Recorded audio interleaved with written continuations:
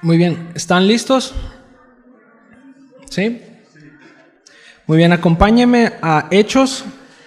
Ya estamos en el capítulo 14, desde el versículo 1.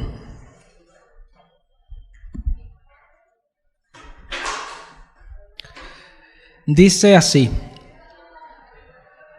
Aconteció en Iconio que entraron juntos en la sinagoga de los judíos y hablaron de tal manera que creyó una gran multitud de judíos y asimismo de griegos. Está hablando de los apóstoles, ¿verdad? Pablo y Bernabé vienen de Antioquía de Pisidia y llegaron a Iconio. Es donde nos quedamos la semana pasada, ¿sí? Entonces dice, hablaron de tal manera que creyó una gran multitud de judíos y asimismo de griegos. Versículo 2. Mas los judíos que no creían excitaron y corrompieron los ánimos de los gentiles contra los hermanos. Por tanto, se detuvieron allí mucho tiempo, hablando con denuedo, confiados en el Señor, el cual daba testimonio a la palabra de su gracia, concediendo que se hiciesen por las manos de ellos señales y prodigios. Y la gente de la ciudad estaba dividida, unos estaban con los judíos y otros con los apóstoles.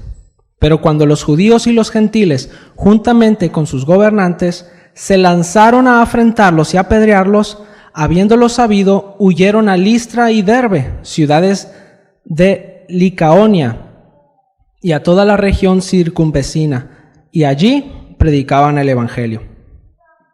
Muy bien, ¿les parece si oramos al Señor?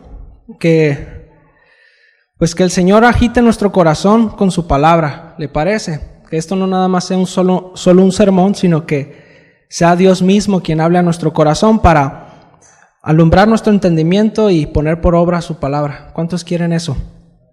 Vamos a orar. Señor, te agradecemos, Padre, una vez más. Gracias, Padre, por este tiempo, Señor, que nos has dado, Señor. Gracias por permitirnos abrir las Escrituras, Señor, y aprender de ellas, Señor. Gracias por la revelación, Señor, y yo te ruego que tú nos des tu gracia, Señor, esta tarde, que seamos, tengamos el corazón atento, Señor, y dispuesto, Señor, a poner por obra tu palabra, Señor. Ayúdanos, danos tu gracia, Señor. Dame tú el denuedo, Señor, para predicar y darles también a mis hermanos la gracia, Señor, para escuchar. Te lo pedimos, Padre, en el nombre de Jesús. Amén. Muy bien. Vamos a hablar un poquito del contexto, ¿sí? Antes de llegar a Iconio, como vimos la semana pasada, Pablo y Bernabé estuvieron en Antioquía de Pisidia, ¿sí? La semana pasada revisamos todo el discurso de Pablo en la sinagoga que estuvieron allí en Antioquía y también vimos acerca del buen recibimiento que tuvieron al evangelio de parte de los gentiles, ¿sí? ¿Se acuerdan quién estuvo la semana pasada? ¿Sí? Bueno, eso es lo que vimos, ¿no? Sin embargo, los judíos de aquel lugar se llenaron de celos y se portaron hostiles contra el evangelio y contra los apóstoles. Más atrasito de nuestro pasaje base, en el versículo 49, Hechos 13, dice así, y la palabra del Señor se difundía por toda aquella provincia, pero los judíos instigaron a mujeres piadosas y distinguidas y a los principales de la ciudad y levantaron persecución contra Pablo y Bernabé y los expulsaron de sus límites, ¿sí? Mientras los apóstoles difundían la palabra del Señor, estos judíos ahora estaban diseminando el veneno de su corazón e instigaron, aquí menciona esta palabra, significa literalmente aguijonear, o sea, inyectaron su veneno, ¿verdad? Y dice a quiénes, a mujeres piadosas, es decir, mujeres religiosas y distinguidas, es decir, que tenían influencia en aquella ciudad de la nobleza. Y a su vez también a los principales de la ciudad, es decir, a los gobernantes, para que levantaran una persecución contra Pablo y Bernabé, que terminaron expulsándolos de aquella ciudad, de la ciudad de Antioquía, ¿sí? Entonces podemos ver incluso, si somos un poquito observadores, podemos incluso ver la imagen del huerto del Edén en este pasaje, ¿sí? Siendo incluso los judíos quienes con su engaño actúan como la serpiente, ¿sí? Manipula a la mujer y al hombre, siendo ellos quienes Dios puso para gobernar y administrar el lugar. Sin embargo, ellos rechazan la palabra de Dios que era representada por Bernabé y Pablo, ¿no? Vemos que a lo largo de toda la Escritura se repite la misma historia, ¿sí? Satanás virtiendo su veneno, engañando al ser humano para que estos actúen bajo el propósito del maligno, ¿verdad?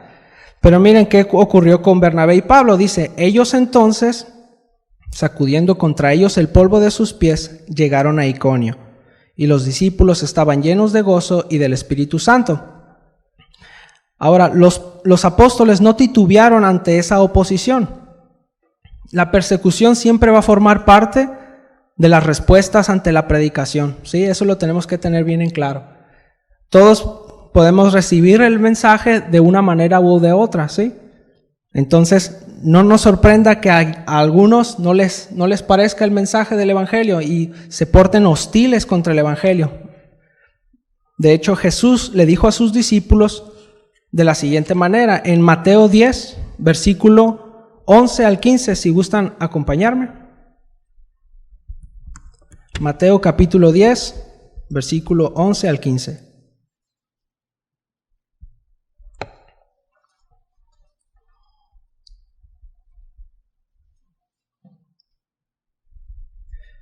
Aquí Jesús estaba encomendando a sus discípulos, ¿sí? Dice, y en cualquier ciudad o aldea donde entréis, averiguad quién es digno en ella, y quedaos allí hasta que os marchéis. Al entrar en la casa, dadle vuestro saludo de paz. Y si la casa es digna, que vuestro saludo de paz venga sobre ella. Pero si no es digna, que vuestro saludo de paz se vuelva a vosotros. Y cualquiera que no os reciba ni oiga vuestras palabras, al salir de esa casa o de esa ciudad, sacudid el polvo de vuestros pies, tal y como lo hicieron Pablo y Bernabé. En verdad os digo que en el día del juicio será más tolerable el castigo para la tierra de Sodoma y Gomorra que para esa ciudad. Terrible, ¿verdad? Bueno, es de admirar cómo Pablo y Bernabé siguen casi al pie de la letra la instrucción de Jesús. Ahora, conocer la instrucción no es lo mismo que ponerla en práctica, ¿verdad? Todos podemos haber escuchado el pasaje de Lucas 6:29, pero no todos podrían poner la otra mejilla, ¿verdad? Sí, el pasaje de Lucas 6:29 es cuando Jesús habla acerca de dar la otra mejilla. Entonces, podemos conocer ese pasaje, pero no todos estarían dispuestos a dar la otra mejilla. ¿Se entiende, verdad? Bueno, Pablo y Bernabé no solo conocían la instrucción, sino estaban dispuestos a llevarla a cabo. Ellos, llenos de gozo y del Espíritu, salieron de aquella ciudad para continuar con la encomienda que el Señor les había dado. Y es ahí donde llegaron a Iconio. Ahora permítanme hablarles un poquito acerca de Iconio. Esta es la ciudad principal de la región de Licaonia, ¿sí? A su vez, Licaonia formaba parte de la región más amplia llamada Galacia. Ya se los había comentado, ¿sí? En este primer viaje misionero, a partir de que salen de la isla de Chipre, llegan a esta zona y ahí en esas ciudades, todas esas ciudades están en la región de Galacia, ¿sí? De hecho, a esas iglesias ¿cómo se dice? Que fundaron ahí, es a las cuales Pablo les manda la carta a los Gálatas, ¿sí? Entonces, este es Iconio, ¿no? La ciudad principal de esa región. Para llegar desde Antioquía hasta Iconio tuvieron que atravesar 100 kilómetros aproximadamente. Son 4 días a pie, ¿sí? Estaba buena la caminata, ¿verdad? Sí aguantan un trote, ¿verdad, Pedro? Sí, ellos sí se irían a la sierra. Bueno, ahora, la influencia judía era bastante fuerte en toda esa zona, ¿sí? Lo podemos ver en estos pasajes. Por esa razón es que en la carta de los Gálatas es tan duro contra los judaizantes, porque precisamente en toda esa zona los judíos eran de mucha influencia, ¿sí? Muy bien. Ahora sí, vamos al capítulo 14, versículo 1. Dice así: Aconteció en Iconio que entraron juntos en la sinagoga de los judíos y hablaron de tal manera que creyó una gran multitud de judíos y asimismo de griegos. Como también comentaba la semana pasada, los apóstoles no cambiaron la manera de operar, es decir, cuando ellos dijeron nos volvemos a los gentiles, ellos no estaban diciendo vamos a cambiar o esto es una manera improvisada de actuar. Ellos siempre iban a la sinagoga de la ciudad a la que llegaban, ¿sí? Y allí predicaban el evangelio del Señor. Entonces, esto nos enseña a nosotros que las malas experiencias de una antigua ciudad no iban a condicionar la misión y el deber que tenían como siervos de Dios, ¿sí? Así igual nosotros, tal vez algunos tuvimos alguna mala experiencia, ¿verdad?, con algún miembro de alguna congregación a la cual asistimos previamente, o quizás aún hoy no tengamos o hayamos tenido una situación con algún hermano. Sin embargo, esto no debe de condicionar nuestra vida espiritual ni tampoco nuestra asistencia a la iglesia de ningún modo. Nuestro deber y nuestro llamado no debe de depender de ningún hombre ni de ningún consiervo. Nosotros estamos por y para el Señor. ¿Cuántos dicen amén? Entonces, lo que ocurrió en esta sinagoga fue que por la palabra que fue hablada, muchos creyeron. Dice el texto, una gran multitud, y especifica de judíos y de griegos, ¿sí? Hablaron de tal manera que multitudes llegaron al evangelio y confiaron en Jesús como su Señor y Salvador. Ahora, esta oportunidad de creer les fue dada a todos aquellos que escucharon el evangelio, sin hacer distinción de personas. Por eso especifica, tanto judíos y griegos creyeron, ¿sí? Ahora, pero esto no significa que todos los que escucharon llegaron a creer. A pesar de que muchos creyeron la palabra de Dios, otros no lo hicieron, ¿sí? Versículo 2 de Hechos 14 dice, mas los judíos que no creían, ¿sí? Es decir, había judíos que sí creían, obviamente. Entonces, ¿qué hicieron estos judíos que no creían? Excitaron y corrompieron los ánimos de los gentiles contra los hermanos. Ahora, de nueva cuenta, vemos a este grupo de judíos, de los cuales se especifica que se trata de aquellos judíos que no creían, ¿sí? Estos judíos incrédulos fueron los que excitaron. Esta palabra significa provocar o estimular a una reacción, provocar a ira específicamente. Corrompieron, también habla de que excitaron y corrompieron. Entonces, corrompieron significa lastimaron o exasperaron, ¿sí? Esto es lo que hicieron los judíos con los gentiles. Dice, corrompieron los ánimos, es decir, el alma de los gentiles, el corazón de los gentiles, y los pusieron contra los hermanos. ¿Se da cuenta hasta dónde llega la maldad? Como al no estar de acuerdo, uno no puede estar de acuerdo, ¿verdad?, con todos, es imposible, pero de ahí a poner a los hermanos en contra es una diferencia muy grande, ¿verdad?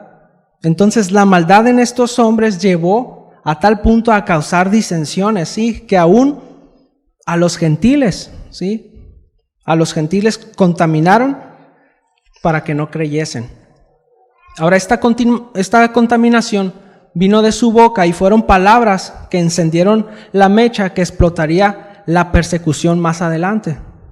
Primero estimularon sentimientos negativos en los gentiles, luego usaron su lengua para lastimar sus corazones y desanimarlos en la fe, para finalmente enemistarlos de los llamados hermanos. Tengamos cuidado porque de estos abundan en las iglesias, hermanos, ¿sí? Esta oposición viene a ser mucho más violenta que las anteriores, puesto que es más específica. La vez anterior, los judíos incrédulos persuadieron a los altos mandos de la ciudad contra Pablo y Bernabé. Sin embargo, la gran mayoría de gentiles estaban con los apóstoles, ¿se acuerdan? Los gentiles habían abrazado el mensaje, ¿sí? La multitud. Los judíos fueron los que sintieron celos y dijeron, y se opusieron al evangelio, ¿sí? Ahora en este caso el enemigo fue más astuto. Reconociendo el llamado de Pablo y de Bernabé, quiso impedir que la gran masa de gentiles creyese al evangelio, por lo que los envenenó desde el interior de sus corazones. ¿Cómo lo hizo? Negándoles el acceso a las promesas de justificación y de perdón de pecados, ¿sí? No, para ustedes no es. Esto que están diciendo es mentira, ¿sí? El evangelio no es para ustedes. Tienen que seguir esto y esto y esto y esto. Muchas veces ni era la misma ley de Dios, sino eran tradiciones de hombres. Entonces, eso obviamente desanimó el corazón de muchos de aquellos gentiles. ¿Sí? Ellos canalizaron este resentimiento contra aquellos que anunciaban las buenas nuevas, tachándolos de mentirosos, es decir, les están mintiendo. ¿Sí? Como la serpiente dijo, no, así no es que Dios no quiere que sean como Él. Bueno, tal cual, ¿no? Entonces, se burlaron y al presentarles una falsa esperanza. Por esa razón los hermanos se quedaron en ese lugar y permanecieron firmes como embajadores y soldados de Jesucristo, soportando la oposición y a su vez no dejando de predicar la palabra de Dios. ¿Sí? Como dice en el versículo 3 de Hechos 14. Por tanto, se detuvieron allí mucho tiempo, hablando con denuedo, confiados en el Señor, el cual daba testimonio a la palabra de su gracia, concediendo que se hiciesen por las manos de ellos señales y prodigios. Ahora, la duración del viaje misionero se calcula que aproximadamente fuera alrededor de entre 4 y 6 años, ¿sí? Al ser esta la ciudad más importante de la región, es normal pensar que le hayan dedicado bastante tiempo o mayor tiempo que en las otras ciudades, perdón. Entonces, además de que en este lugar lo que se estaba en juego era la veracidad del Evangelio en la obra de Cristo y presentar la ineficacia de las obras de la ley para la justificación. ¿Sí? Era importante remarcar esto porque esto era el debate. ¿Sí? De hecho, todo este enfrentamiento lo podemos ver en la carta a los Gálatas, ¿sí?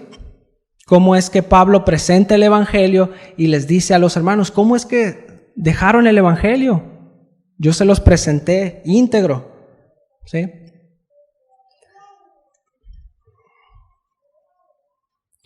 Ahora cabe destacar una diferencia, ¿no?, entre lo que sucedió en Antioquía con lo que está pasando ahora en Iconio, ¿sí? En Antioquía vemos que los apóstoles se rehusaron a seguir contendiendo con los judíos y dijeron, nos volvemos a los gentiles, hasta el tiempo que los gobernantes de la ciudad lo permitieron porque los echaron de ese lugar. En cambio, ahora en Iconio, los apóstoles optan por quedarse mucho más tiempo para continuar hablando con denuedo la defensa del Evangelio. Como les había dicho, esto se debe a que en Antioquía el Evangelio había sido abrazado por los temerosos de Dios. Pero en Iconio aún estaba en juego esa disputa, ¿sí? Estaba el enemigo sembrando su semilla y Pablo y Bernabé predicando con denuedo el Evangelio, ¿sí? Entonces, por lo que en esta ciudad echaron mano de la gracia de Dios y confiaron en Él para permanecer, por lo que Dios testificó a favor de ellos haciendo señales y prodigios.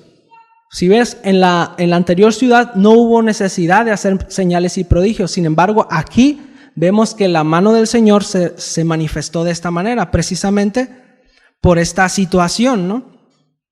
Dios mismo testificó a favor de ellos y de su mensaje. Esto lo vemos como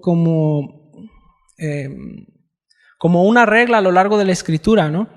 O sea, por ejemplo, vemos que los señales siempre respaldan el mensaje y no es al revés, ¿sí? Estas señales y milagros son la manera en la que Dios respalda el Evangelio o el mensaje. Así lo hizo con Elías, ¿verdad? Cómo es que mandó fuego del cielo como confirmación del Dios verdadero y que del mensaje de Elías era el correcto, ¿verdad? Bueno, ahora, como mencionaba, siempre que Dios concede los milagros, se hace en un contexto de misericordia y de confirmación de la palabra. ¿Qué estaban haciendo los apóstoles cuando el Señor les concede hacer estas señales y prodigios? ¿En qué contexto están sucediendo estas cosas? ¿Sí? ¿Qué estaban haciendo el apóstol Pablo y Bernabé? Bueno, estaban predicando, estaban soportando la oposición. ¿Sí? No estaban sentados, no estaban dormidos en sus laureles, ¿no? Entonces ahora mientras nosotros no estemos trabajando en la obra del Señor, pues difícilmente veremos a Dios conceder que se manifiesten señales y prodigios a través de nosotros, simplemente porque ¿qué sentido tiene si no hay un mensaje que respaldar? ¿Sí? Siempre donde Dios trabaja es donde hay necesidad. Ahora, el orgulloso, aunque es necesitado, cree no ser necesitado. Entonces, Dios no va a obrar ahí. Tampoco va a obrar ni va a respaldar un mensaje que no se predica. Quien tenga oídos para oír, que oiga, ¿verdad? Ahora, señal significa en la definición de la Real Academia es rasgo o nota que se pone o hay en las cosas para darlas a conocer y distinguirlas de otras, ¿sí? Precisamente esas son las señales que Dios hace para distinguir las cosas y darlas a conocer. Y prodigio, pues son milagros, ¿verdad? De hecho, de origen divino, no es de procedencia humana. ¿Ok? Ahora, versículo 4 de Hechos 14. Dice ahí, y la gente de la ciudad estaba dividida. Unos estaban con los judíos y otros con los apóstoles. La gente de la ciudad tenía que escoger entre estos dos discursos, que eran completamente antagónicos, por lo que era imposible mantenerse neutrales, ¿sí? Los judíos, por una parte, creían que las obras de la ley y las tradiciones debían ser el único medio para ser justificados delante de Dios, por lo que los gentiles debían permanecer atados al cumplimiento de ellas, a lo que Jesús en su tiempo les reprochó a los escribas y fariseos con firmeza. En Mateo 23:13, se los leo, dice, mas ay de vosotros, escribas y fariseos, hipócritas, porque cerráis el reino de los cielos delante de los hombres, pues ni entráis vosotros, ni dejáis entrar a los que están entrando. En cambio, los apóstoles sostenían que las obras de la ley solo servían para encaminar a todos a una senda mayor, la que es mediante la fe en Cristo Jesús, por lo que en Cristo se nos ha concedido la justificación sin las obras de la ley, como lo dice en Gálatas 3, del 23 al 24. Y antes de venir a la fe, estábamos encerrados bajo la ley, confinados para la fe que había de ser revelada. De manera que la ley ha venido a ser nuestro ayo para conducirnos a Cristo, a fin de que seamos justificados por la fe. Ahora, todos en algún punto de nuestra vida tendremos delante de nosotros una Y, ¿verdad? Una encrucijada. Se nos presentan dos vías y no podemos quedarnos neutrales, ¿sí? Así estaban los gentiles de aquella ciudad. Si no decides, si no tomas partido, ya has decidido. Por cuanto la indeterminación, el no determinar cosas, eso no corresponde a la virtud.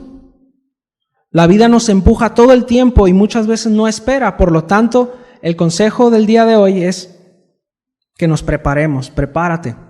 Las encrucijadas llegan tarde o temprano y más vale estar preparados, que estemos velando las Escrituras y orando siempre y de continuo, para que no nos agarren curva y terminemos tomando una decisión equivocada.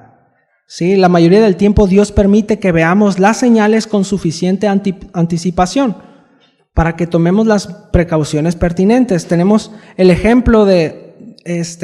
un ejemplo, por ejemplo, cuando Dios manda las señales, precisamente este ejemplo donde Dios hace señales a los que están en Iconio, ¿sí? Ahora, esto les jugará en contra el día de mañana a todos aquellos que no creyeron, ¿sí? Entonces, hermanos, tenemos que estar atentos a las señales que Dios nos permite ver, ¿sí? En aquel día, creo que nadie podrá decir, Señor, yo no tuve la oportunidad, ¿sí? Cuando no hacemos caso a las señales o no prestamos atención, es cuando nos topamos de sorpresa y tenemos que tomar decisiones apresuradas, sin meditar ni sopesar, sin medir las implicaciones, por lo que terminamos yendo por una ruta equivocada o peor aún, algunos saliéndose del camino, ¿sí? Versículo 5 y 6 de Hechos 14. Déjame le tomo un poquito el agua.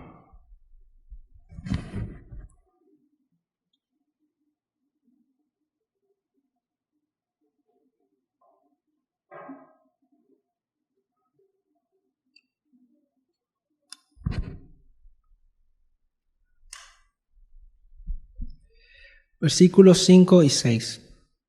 Pero cuando los judíos y los gentiles, juntamente con sus gobernantes, se lanzaron a afrentarlos y a apedrearlos, habiéndolo sabido, huyeron a Listra y Derbe, ciudades de la Licaonía y a toda la región circunvecina. Como habíamos mencionado, los judíos tenían mucha influencia en esta región. Tenían hilos en el poder político, por lo que echaron mano de ello e hicieron nuevamente conforme a su maldad. Aquí podemos ver a Satanás detrás de todo esto, ¿sí? Es la manera de operar del enemigo, engañando y seduciendo al ser humano para que haga conforme a la concupiscencia de su corazón, y muchas veces sin saber que esta conducta está siendo influenciada por espíritus inmundos, porque el hombre es corto de vista, no alcanza a dimensionar la magnitud de sus actos. Ahora, Iconio literalmente significa imagen pequeña, ese es el significado del nombre de la ciudad. Y curiosamente también podemos ver una imagen pequeña de lo que ocurrió con Jesús, pero a menor escala, ¿sí? Tenemos a los judíos que han rechazado el evangelio que es en Cristo, instigando a los gentiles como los romanos y a sus gobernantes como Pilato para darle muerte a los que anunciaban las buenas nuevas de salvación. Y esta imagen se repite una y otra vez hasta el fin de los siglos, por cuanto es necesario diferenciar la luz de las tinieblas, el trigo de la cizaña. La prueba viene tras la predicación del evangelio, y esa prueba es la persecución. El evangelio y la persecución van de la mano. De hecho, la persecución es una promesa para los discípulos de Cristo, por lo que nuevamente no nos debe de tomar por sorpresa. Mire lo que dice en Mateo capítulo 10, del 16 al 20. Les dice Jesús a sus discípulos: mirad, yo os envío como ovejas en medio de lobos. Por tanto, sed astutos como las serpientes e inocentes como las palomas. Pero cuidaos de los hombres, porque os entregarán a los tribunales y os azotarán en sus sinagogas. Y hasta seréis llevados delante de sus gobernantes y de reyes por mi causa, como un testimonio a ellos y a los gentiles. Pero cuando os entreguen, no os preocupéis de cómo o qué hablaréis, porque a esa hora se os dará lo que habréis de hablar, porque no sois vosotros los que habláis, sino el Espíritu de vuestro Padre que habla en vosotros. ¿No es esto lo que acaba de acontecer con Pablo y Bernabé? Ciertamente al apóstol Pablo aún no lo habían azotado, pero no falta mucho para que efectivamente lo azoten al apóstol Pablo. De hecho, en la siguiente ciudad, a donde van, en Listra, pues ahí lo apedrean, ¿no? Y lo dan por muerto. Spoiler, no se murió, ¿no? Pero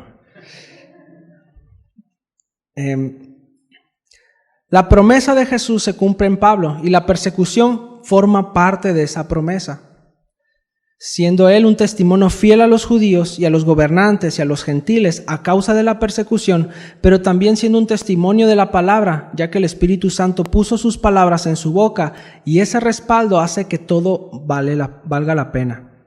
Ahora, ¿valdrá la pena para nosotros?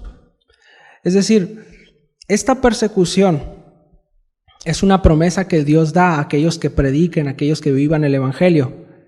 Y la promesa que debe de reconfortar el corazón es que el Espíritu Santo pondrá las palabras, habrá el respaldo del Señor. ¿Eso es suficiente para nosotros? ¿Valdrá la pena? ¿Sí? La persecución se lanzó hacia ellos y los apóstoles estaban bien atentos a la instrucción del Señor. Por eso dice: sed astutos como serpientes, cuídense de los hombres. Por lo tanto, tomaron sus pertinentes precauciones. Por eso dice en el versículo 5 de Hechos 14: pero cuando los judíos y los gentiles juntamente con sus gobernantes se lanzaron a afrentarlos y a apedrearlos, habiéndolo sabido, huyeron. Es decir, no eran tontos, ¿sí? Ellos tenían claro una misión a la cual ellos habían ido a ese lugar. No se iban a quedar a ser mártires. Ellos tenían una misión, ¿verdad? Ahora, Dios se complace en quienes buscan al Señor con toda humildad y el que nace de su voluntad. Ahora, Dios desea que vivamos de esa manera, entonces hay que vivir para Él.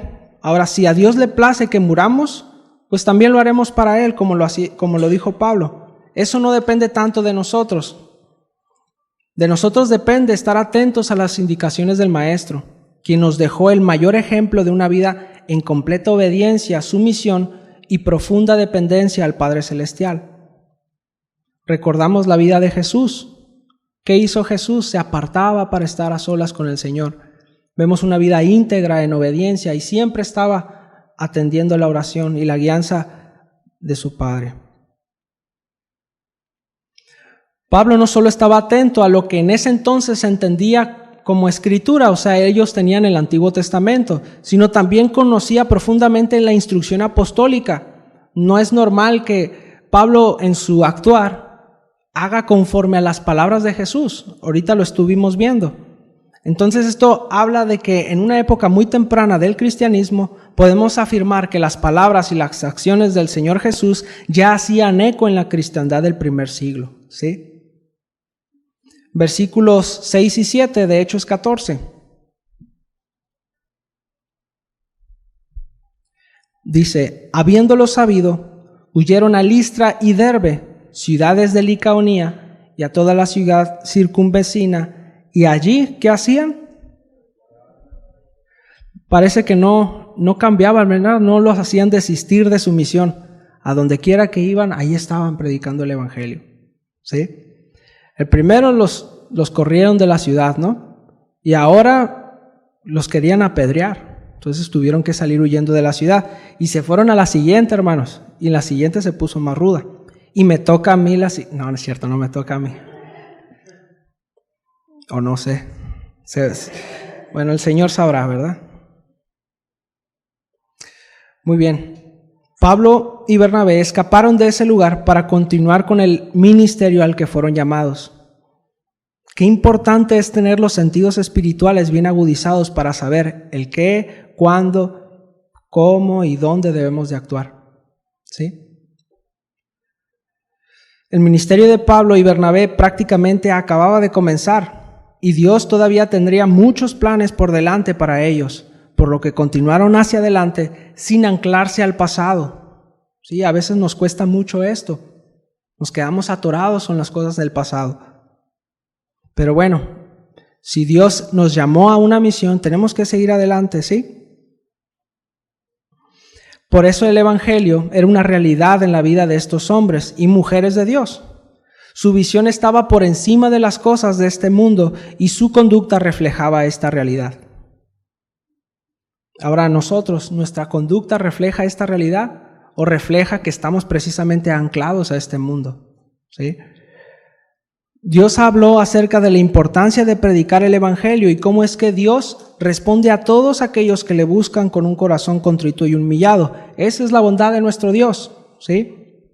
Ahora hoy nos habla en esta enseñanza de las implicaciones que conlleva el predicar el evangelio y el vivirlo. Cuando nosotros vivimos el evangelio, la persecución se hará presente en nuestras vidas. Si no hay oposición, es porque hay un mismo sentir y nosotros no fuimos llamados a estar en un mismo sentir con el mundo. Es simple, ¿sí? Si estamos muy a gusto, muy cómodos en nuestra realidad es porque estamos viviendo la realidad de este mundo. Estamos conforme a los pensamientos de este mundo. Y si no hay oposición es porque nos falta predicar el evangelio, ¿sí? Ahora no se trata de que tengamos a medio mundo enojado con nosotros, ¿no? Pero precisamente que el Espíritu Santo esté hablando a través de nosotros. ¿No desea eso en usted? ¿A qué fuimos llamados, hermanos? Mire lo que dice 1 de Juan 2, del 15 al 17. Acompáñeme. Ya con esto estamos terminando.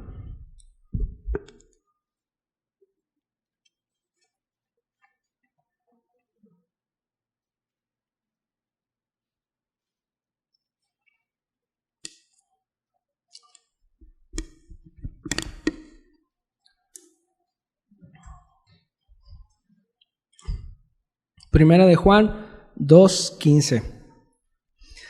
No améis al mundo ni las cosas que están en el mundo. Si alguno ama al mundo, el amor del Padre no está en él. Porque todo lo que hay en el mundo, la pasión de la carne, la pasión de los ojos y la arrogancia de la vida, no proviene del Padre, sino del mundo.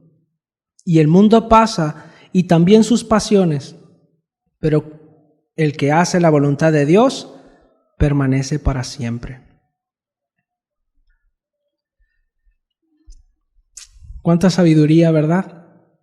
Este es el apóstol Pablo hablando a las iglesias. Es importante que nosotros tengamos bien claro nuestra convicción y nuestra fe. No podemos aferrarnos a las cosas de este mundo, hermano. ¿Sí? Nuestro llamado está más arriba. Así que le invito, hermanos, a que cierre sus ojos. Vamos a ponernos delante de Dios y a que Él nos hable y poder determinar nosotros el obedecerle, ¿sí? Negarnos a nosotros mismos y a las cosas de este mundo. Señor, te damos gracias, Padre. Tú eres bueno, Señor, y sabemos que todo lo que tú haces, Señor, obra para nuestro bien. Entendemos, Señor, la importancia de predicar el Evangelio, Señor, de vivir el Evangelio y no estar anclados a las cosas de este mundo, Señor. Difícilmente te vamos a ver obrar, Señor. Difícilmente vamos a ver tu mano si nosotros no estamos en tu voluntad, Señor. Tú nos llamaste a un propósito, Señor, y no es para vivir a nosotros mismos y a nuestros deleites, Señor. Tú nos llamaste para predicar el Evangelio, para llevar tu gloria, Señor, para hablar de ti, Señor. Ayúdanos, Señor, danos tu gracia hoy. Constriñe nuestro corazón, Padre. Debemos de entender la urgencia, Padre, la urgencia de predicar a Cristo. Este mundo, Señor, se está perdiendo bajo el maligno y cada vez es más fuerte esa influencia, Señor. Pero nosotros tenemos al Todopoderoso de nuestro lado, Señor, y queremos estar, Señor, queremos permanecer. Libraremos la oposición, libraremos la persecución, Señor, si permanecemos en ti. Ayúdanos a permanecer en ti, Señor. Te ruego que bendigas esta iglesia, Señor, bendice este pueblo, Padre. Este pueblo que te busca, Señor, que de verdad su corazón esté inclinado en hacer tu voluntad por cuanto tú pusiste en ellos su espíritu, Padre. Gracias, mi Dios, y sea alabado en medio de nosotros, Señor. En el nombre de Jesús. Amén.